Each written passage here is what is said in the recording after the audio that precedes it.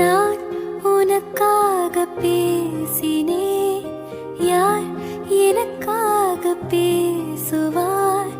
மௌனமாய் நான் பேசினேன், கைகளை